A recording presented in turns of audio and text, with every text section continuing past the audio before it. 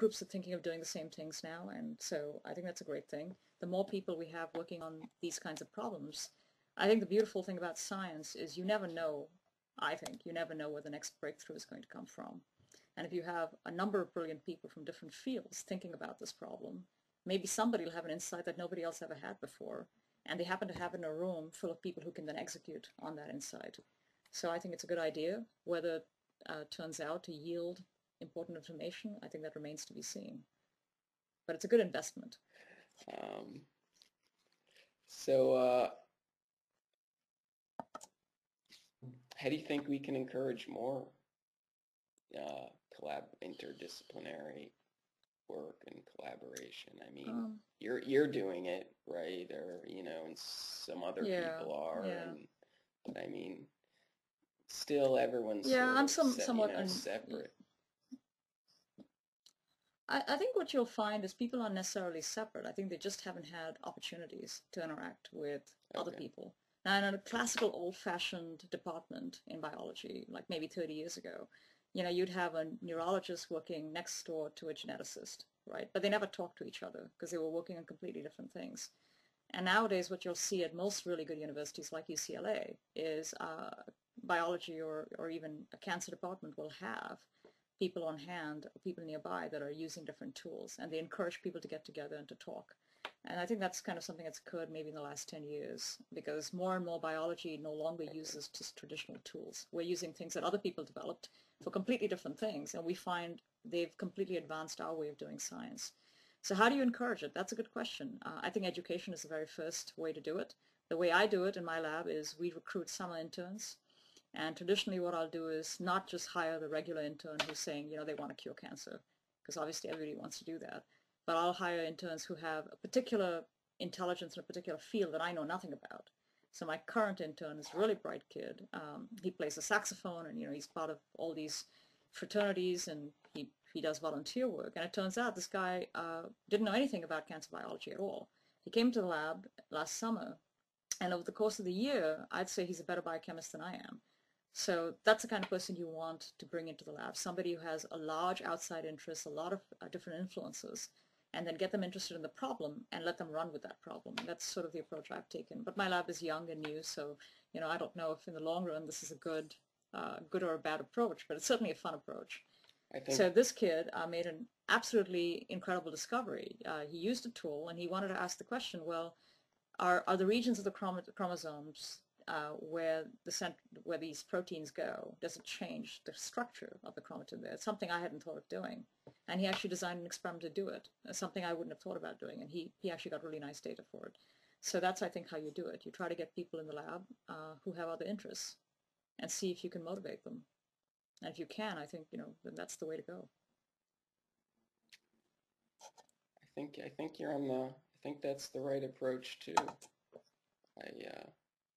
I think. Well, I'm happy to hear at least one person agrees with me. I think you're on a good path there, Dr. Dalal. I'm pretty interested to follow what you're going to be doing, and I'm happy to meet you here. So. Me too. I guess for people who are, not that knowledgeable, you want to just briefly, I guess, tell us what epigenetics means and how it relates to genetics. Yeah, so epigenetics is a very old term, and it was traditionally, it was meant to define a mechanism by which you take the genes, right, and all the genes in every cell in your body hopefully are exactly the same. And all the sequences, the DNA sequence is the same. So that means the instruction manual is exactly the same, but yet there you are, and your head looks very different from your arms. And so how can that happen, given that the DNA sequence is the same? And so the simplest way that can happen is there's something above the genetics, something above the genes that's able to do that, and that's what epigenetics means. It means where you can create a phenomena which is inheritable over many generations, and that phenomena is not connected to the base DNA sequence. It's coming from the outside.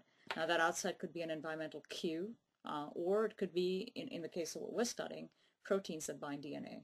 And they do so differentially in different cell types.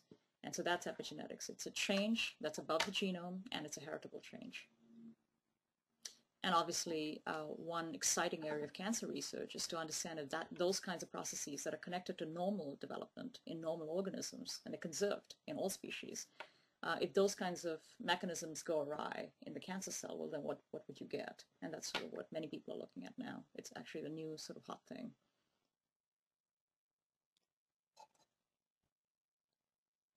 So how does your research account for the evolutionary or potentially evolutionary nature of cancer? So it's an interesting question, and I guess so when you're saying the evolutionary nature of cancer, are you referring to the fact that you can get cancers evolve, obviously, over time? Yes. Right, is that what you're referring to? Yeah. That's a good question. And so obviously the way we do it is to follow tumors. We don't want to just look at one tumor, right, from one particular type of cancer. So we're looking at colorectal tumor. It would be not at all useful for us to just look at grade 4 tumors, which are, of course, the end product of a long evolutionary history of that particular tumor type in that person. So the approach we've taken and the experiments we've actually been doing the past maybe only 3 months is we've obtained tumors, 33 tumors of all these different grades. So very, very early tumors where the tumor is really, really tiny and it's benign, going all the way to your stage 4 mass, which is, of course, the one that then eventually metastasizes and bumps out all the tumor cells into the blood. And what we're hoping is we can track the trajectory of the changes across these different stages of the tumor, thus capturing, presumably, the evolutionary history of that particular tumor. Now, the only reason we can do this is because we have this tool, atomic force microscopy, so we need very, very small amounts of sample, and we can look at them, right?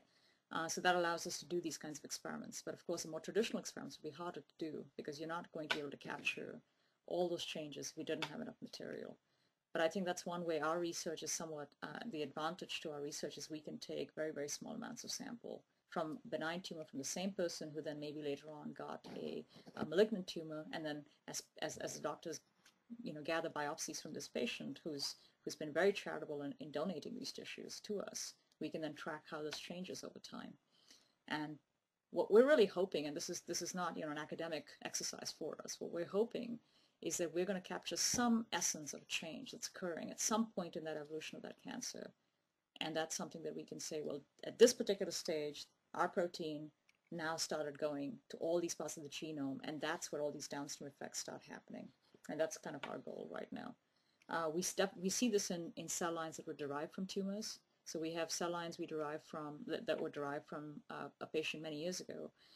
So we have a cell line that was an early tumor and a cell line that's derived from a very late tumor right before the patient passed away. And we actually compared these two different cell lines, and we said, what are the differences? And we see a lot of differences. Even here, we're only looking at a subset of the protein that we're interested in. We're not even looking at the whole genome.